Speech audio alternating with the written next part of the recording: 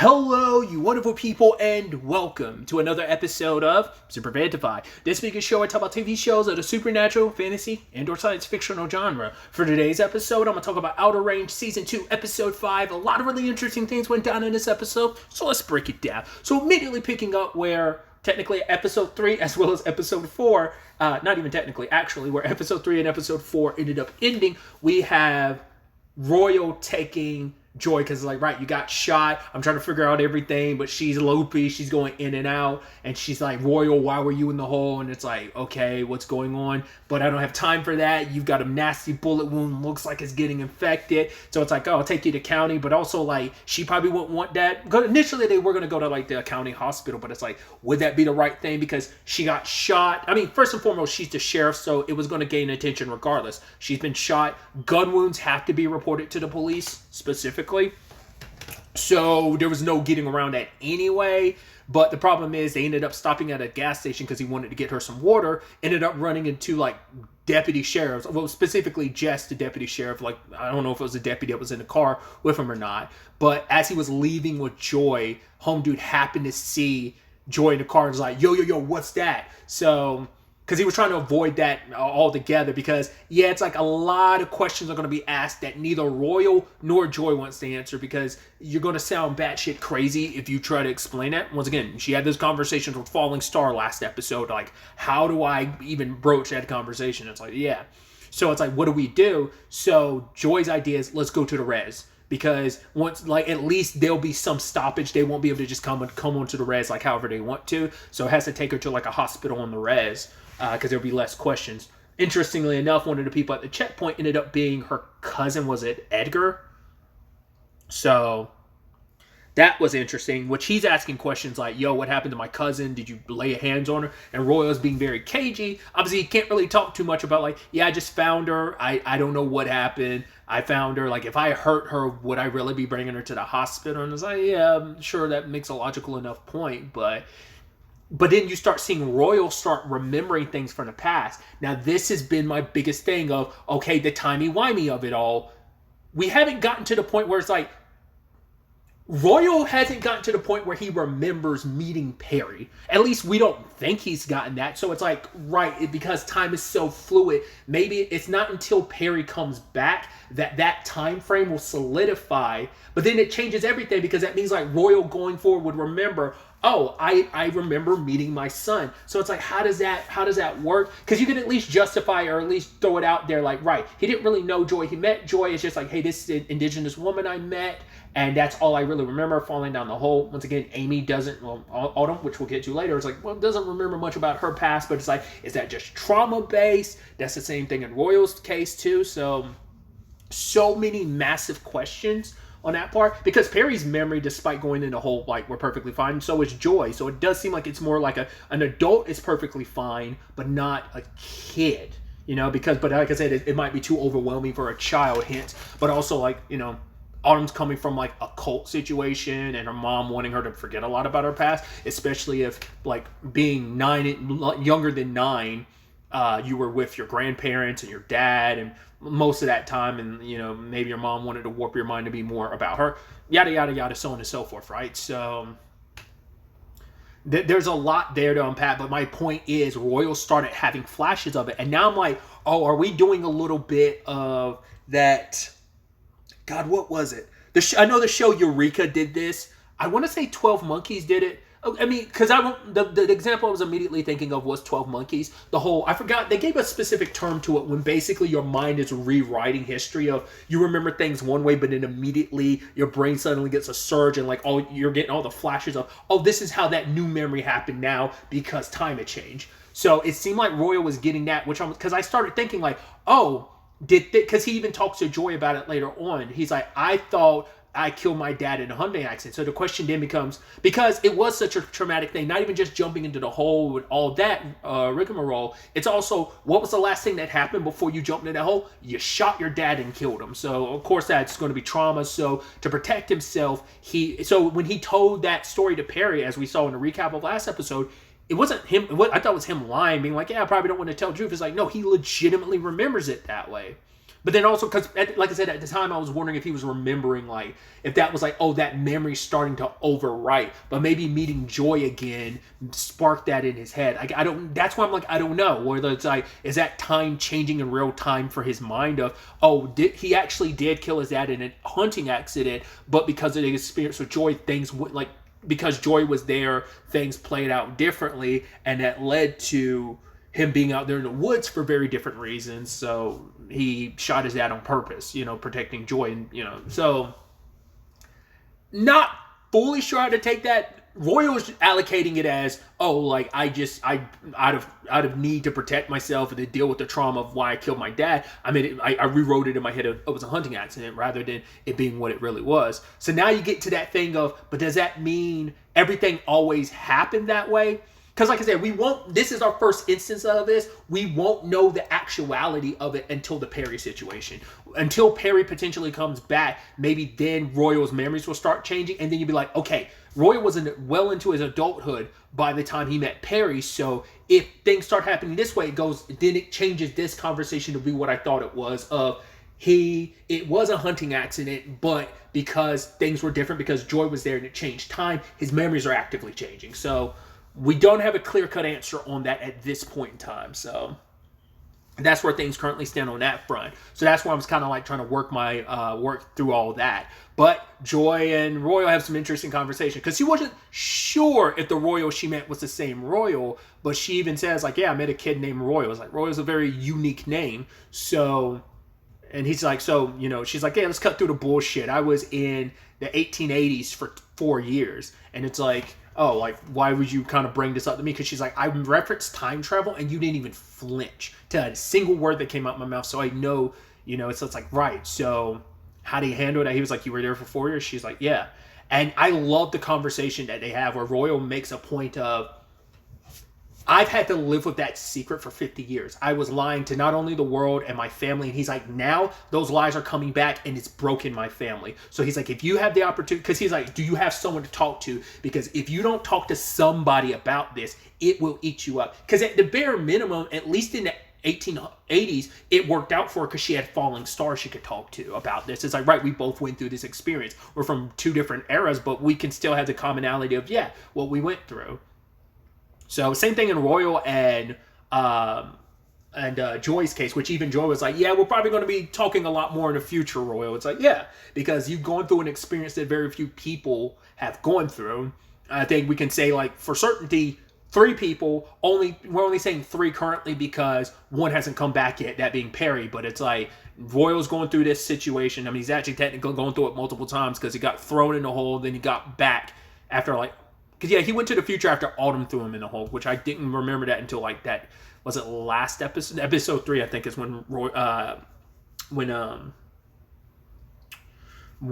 Autumn was thinking about that. But, yeah, so Royal's kind of going through it at least twice, the whole situation.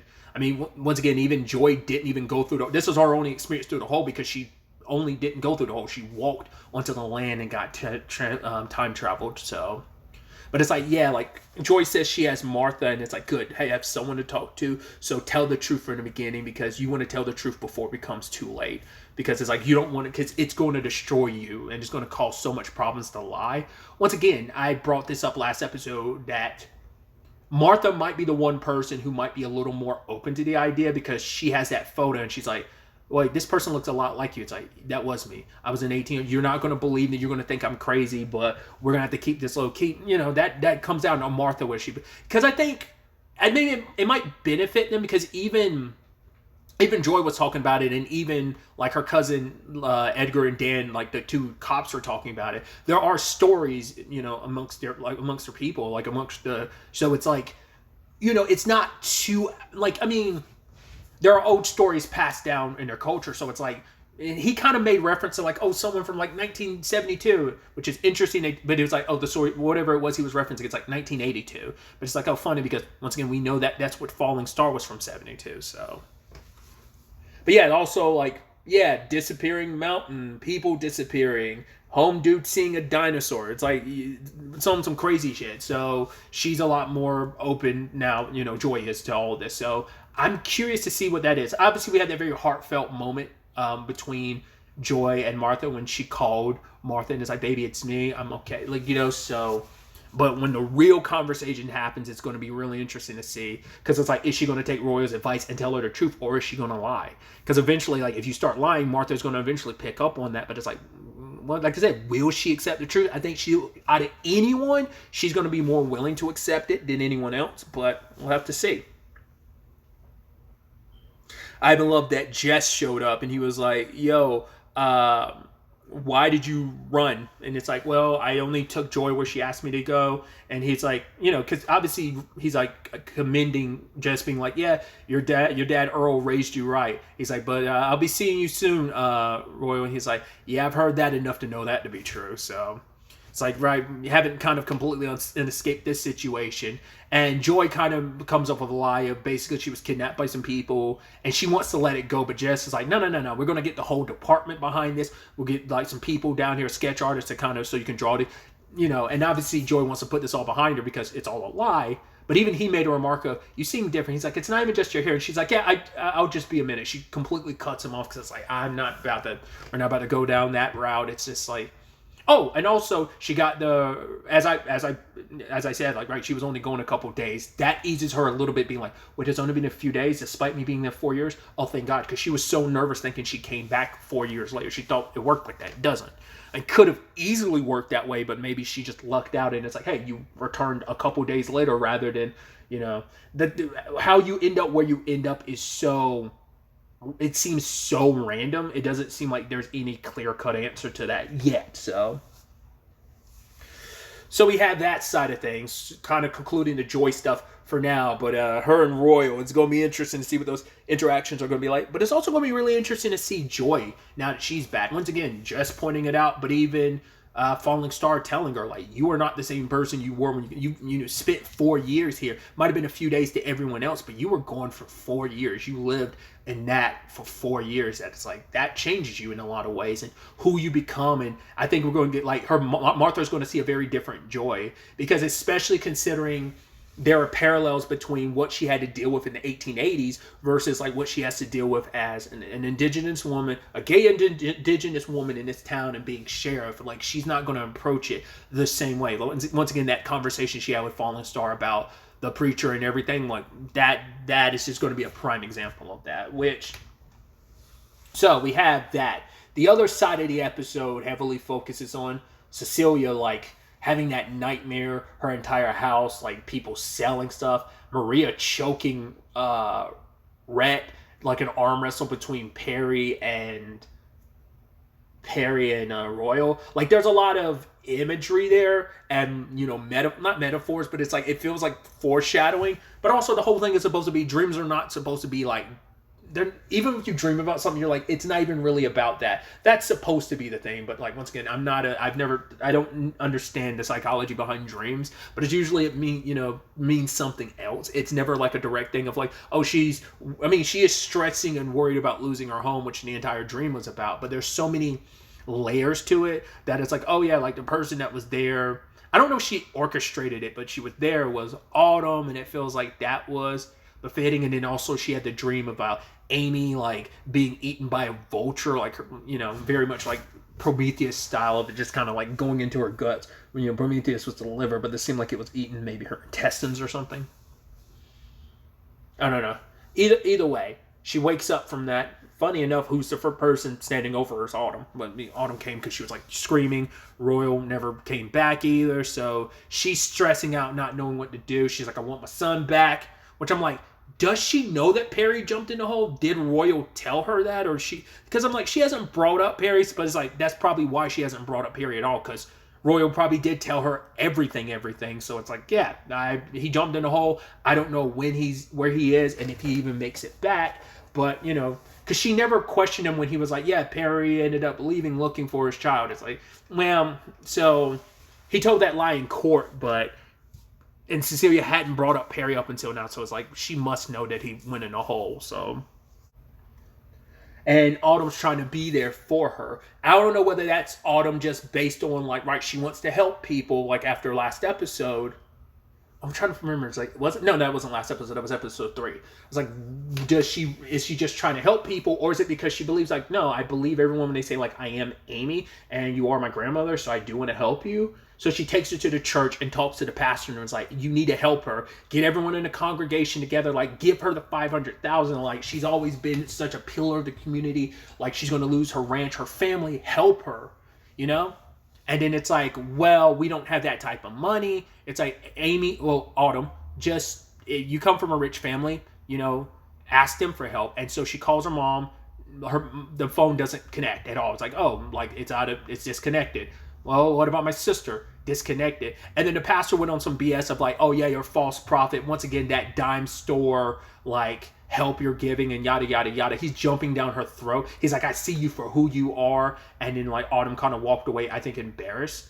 Because it's like, yeah, there's a reason why she didn't contact her family up until now. Because she probably knew, like, right. She probably wasn't expecting her phone to be disconnected. But we don't know what... I don't think she really went into it last season too much. Once again, haven't rewatched season 1. So I'm probably misremembering. But she kind of left in embarrassment. But then Cecilia was like, right, why are you doing that? He was like, Cecilia, don't. But she's like, at least she's trying. That, like, regardless of what you want to put on her, the fact is that she came here trying to help me speaks volumes of her character. And it's like, yeah, that was like, home dude's on some like judgmental bullshit, you know? Like, even she's like, why are you on your like high horse? Like, she's trying to help me, like, you know, at least she's trying. And it's like, yeah, she's a little mad at Autumn for doing what she did, but ultimately they end up stopping somewhere else because for her it's like, your stubbornness, like the fact is like how you can get angry, but also like you're very stuck in your ways of, if I want to do something, I'm going to see it through. And she's like, I'm exactly the same way. I just kind of forgot it for a little while, but you helped remind me. And she's like, you know who else kind of gets angry like that? Amy. So it's like, I think she's buying into it even more. Like, she already was kind of feeling it, but I think this moment made her kind of feel like, you really are Amy, aren't you?